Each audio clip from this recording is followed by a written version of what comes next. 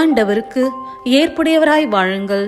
தந்தை, மகன், தூய ஆவியின் பெயராலே ஆமேன்.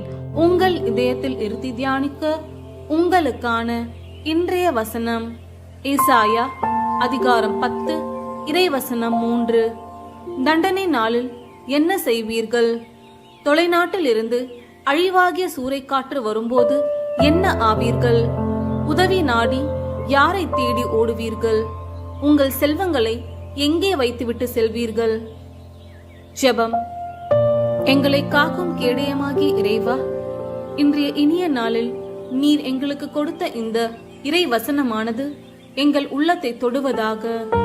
நேர்மையற்ற வாழ்வு அழிவிற்கே இட்டு செல்லும் என்பதை உணர்ந்து நேரிய உள்ளத்துடன் வாழ்ந்து என்றும் எங்கள் இக்கட்டில் உம்மை தேடி வர எங்களுக்கு ஞானத்தை தாரும்.